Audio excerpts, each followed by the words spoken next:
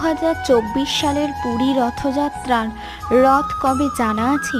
আসুন জেনে নিই।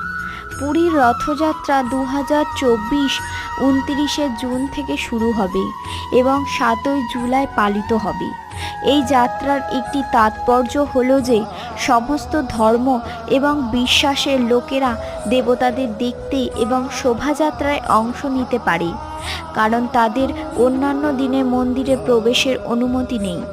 এই জন্য পুরীর রথযাত্রায় প্রতি বছর 4 থেকে 5 লক্ষ তীর্থযাত্রী দেখতে পাওয়া যায়। রথে প্রতিমা দেখার জন্য প্রচুর পরিমাণে ভারতীয় ও বিদেশিরা ভিড় করেন।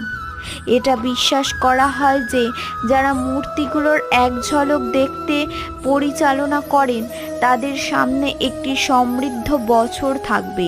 2024 সালের পুরী রথযাত্রার রথ কবে জানা আছে? আসুন